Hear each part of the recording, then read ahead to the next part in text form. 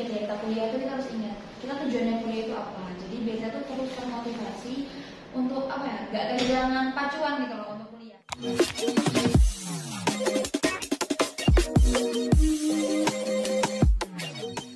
Assalamualaikum warahmatullahi wabarakatuh.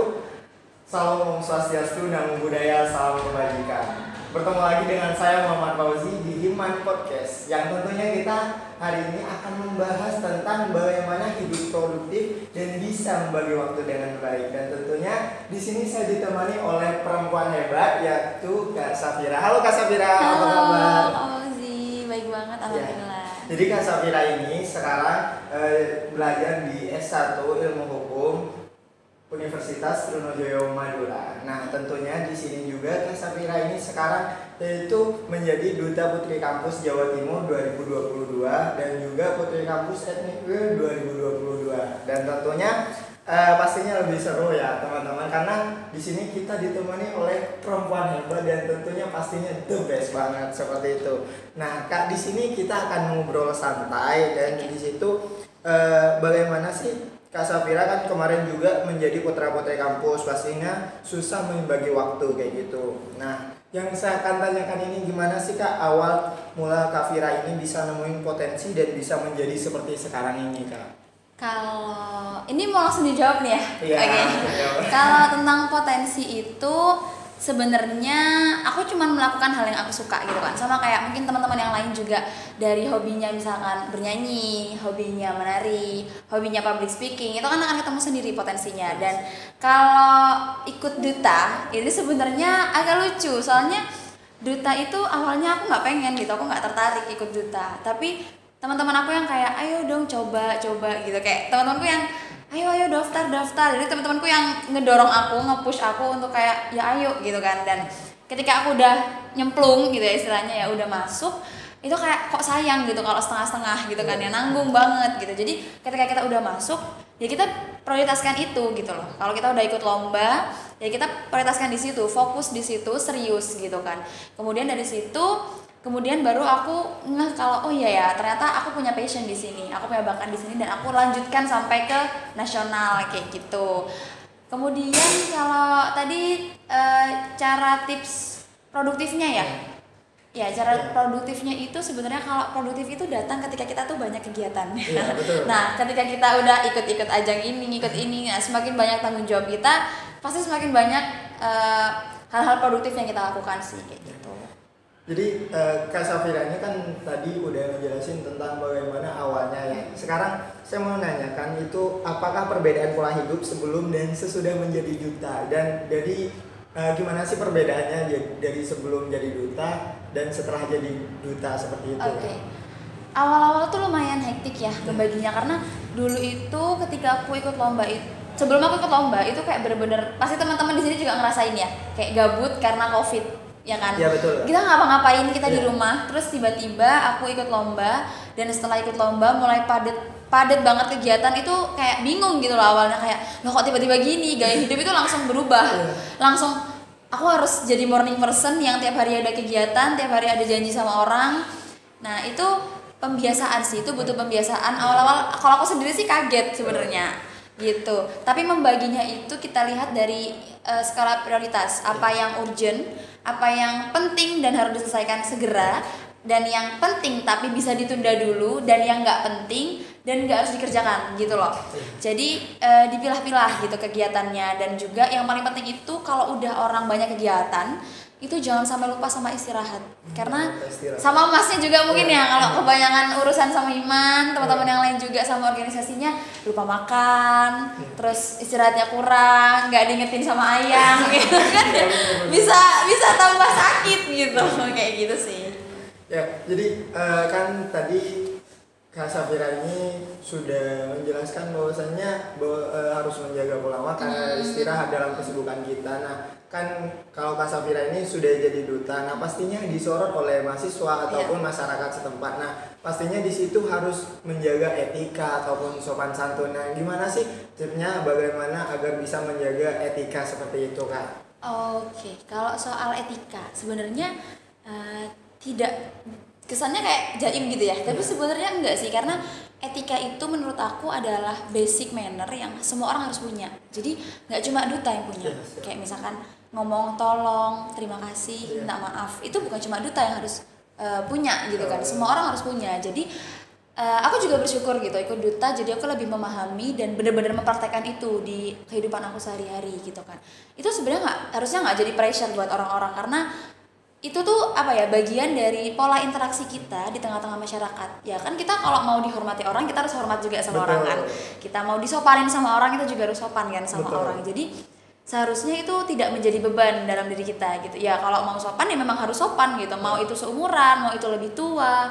Jadi bukan berarti jaga image. Nah, dengan ikut duta ini aku lebih terlatih, lebih terbiasa, jadinya lebih terbiasa, dan sebenarnya itu bukan beban sih kalau buat aku. Jadi itu manner, dan itu aku jadikan sebagai karakter dan sifat yang harus aku bawa terus kayak gitu. Nah, untuk itu Kak, ketika kita mau memanage sesuatu kan awalnya mungkin kita dari low, maksudnya dari kita dari bawah nggak tahu apa-apa, tapi apa itu memberatkan buat Kak Safira, bagaimana untuk bisa lebih baik untuk menjaga sopan santunnya kayak gitu, apakah itu memberatkan untuk melakukan seperti itu Kak? Gini, kalau berat itu kembali lagi ke orangnya masing-masing ya. Kalau aku itu ketika aku pengen berubah menjadi pribadi yang lebih baik, misalkan aku dulunya kurang sopan, jadi orang yang lebih sopan. Aku tuh cuma tanamin mindset kayak gini. Aku suka disopanin sama orang. Terus kenapa aku nggak sopan sama orang gitu? Jadi posisikan diri kita pada orang lain. Kalau kita suka disenyumin sama orang, senyum ke orang. Kita suka orang lain ramah ke kita, ya kita ramah. Kan kita juga nggak suka dong kalau kita ketemu orang terus orangnya ternyata nggak sopan, ya kan? Nggak suka pasti. Nah, jadi usahakan kita posisikan diri kita itu di posisi orang lain, biar itu juga tidak menjadi beban. Dan kalau tentang bagaimana membangun kebiasaan yang lebih baik, itu sih kita mulai dari hal-hal yang kecil. 1% perubahan tiap hari itu lebih baik daripada nggak berubah sama sekali. Jadi pelan-pelan, mulai dari misalkan kakaknya nih orangnya judes, mulai kayak jangan terlalu judes kalau ngeliat orang kayak gitu. Atau misalkan kakaknya biasanya kalau lewat nyelonong, mulai untuk pelan-pelan kalau jalan. Nggak bisa langsung perubahan besar yang kayak permisi sampai nunduk gitu, mungkin enggak, tapi pelan-pelan jalannya. Nah, itu bisa dipraktekkan setiap hari. Perubahan kecil itu yang akan membawa kita nanti ke akhir yang kita bisa berubah sepenuhnya jadi manusia kayak gitu. Siap.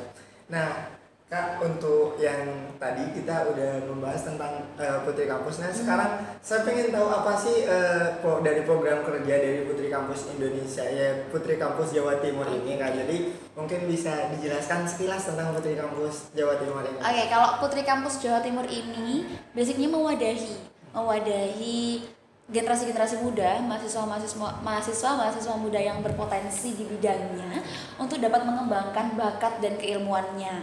Jadi kita juga memberikan awareness kepada masyarakat mengenai pentingnya pendidikan, khususnya pendidikan tinggi ya.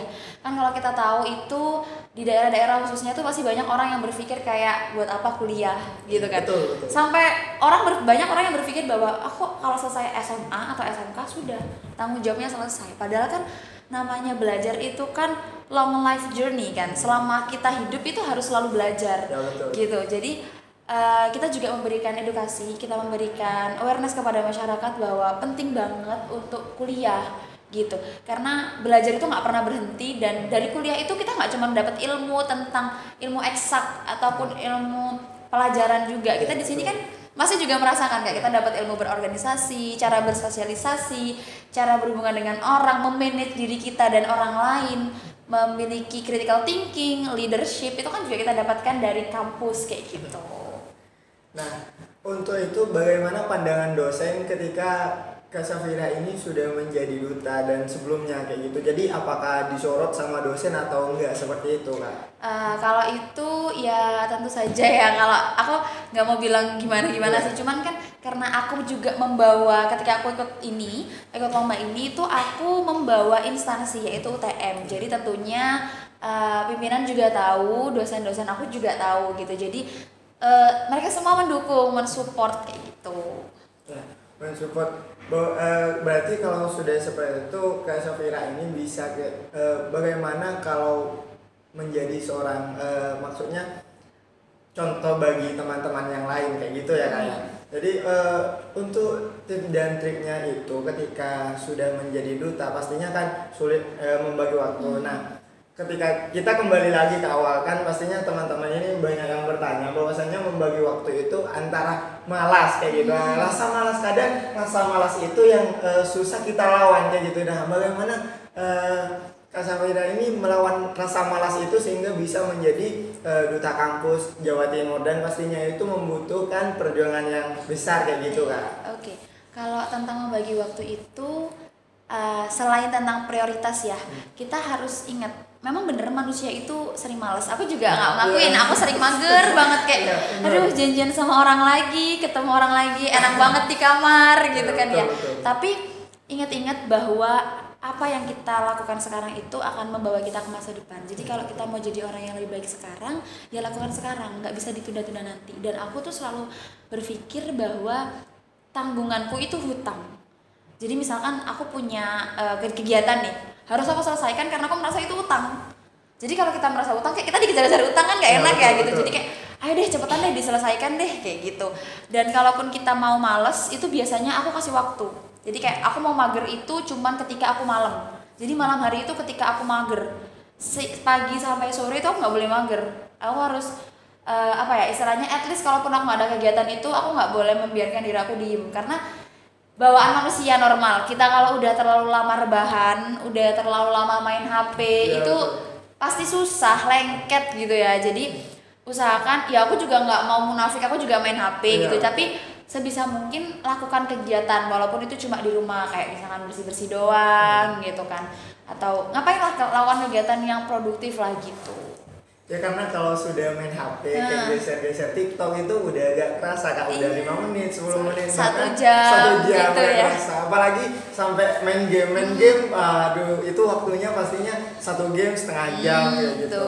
Nah Kak, ini saya mau bertanya lagi perihal mana sih yang lebih diprioritaskan antara kuliah dan jadi duta seperti ini Kak? Jadi kan pastinya lebih di situ manage waktunya pasti sulit karena dimana ada di program kerja di duta dan di situ juga ada kuliah kayak gitu kan. Oke.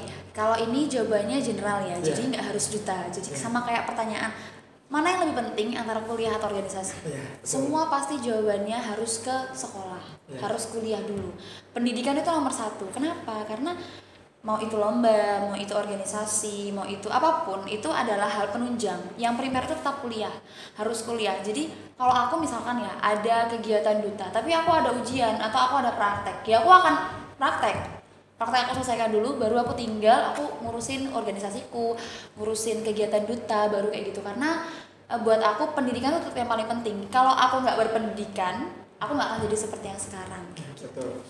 Ya, jadi kita harus membagi waktu dan lebih memprioritaskan kuliah seperti itu ya Kak ya. Karena kalau kita memprioritaskan yang lainnya, karena tujuan kita adalah pendidikan seperti itu pastinya. Nah, teman-teman kita sudah bertanya dan tadi sudah dijelaskan tentang bagaimana tips and trick untuk hidup produktif dan bisa membagi waktu dengan baik ya. Terima kasih saya ucapkan untuk Kak Safira, tepuk tangan dulu.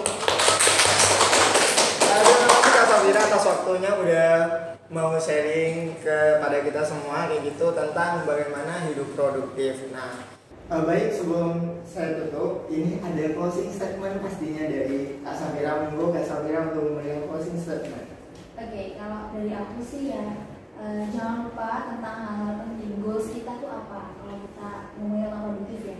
Jadi ketika kita kuliah itu kita harus ingat kita tujuannya kuliah itu apa. Jadi biar kita tuh terus termotivasi untuk nggak kehilangan pacuan gitu loh untuk kuliah. Jadi kita nggak jadi tengah-tengahnya tulus gitu loh. Banyak kan teman-teman yang sampai tengah-tengah kayak lupa arah, terlalu sibuk organisasi, terlalu sibuk dengan kegiatan di luar, jadi nggak fokus dengan kuliahnya. Itu juga kemudian kalau untuk membangun diri jadi orang yang lebih positif, orang yang lebih baik, itu lakukan hal-hal baik setiap harinya. 1% setiap hari itu cukup daripada kita stuck dan nggak melakukan apapun.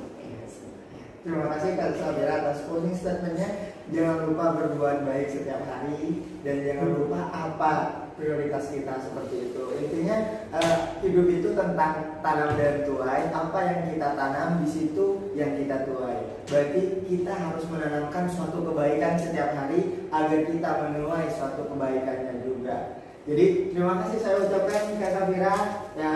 Assalamualaikum warahmatullahi wabarakatuh. Sampai ketemu di podcast selanjutnya. Bye bye.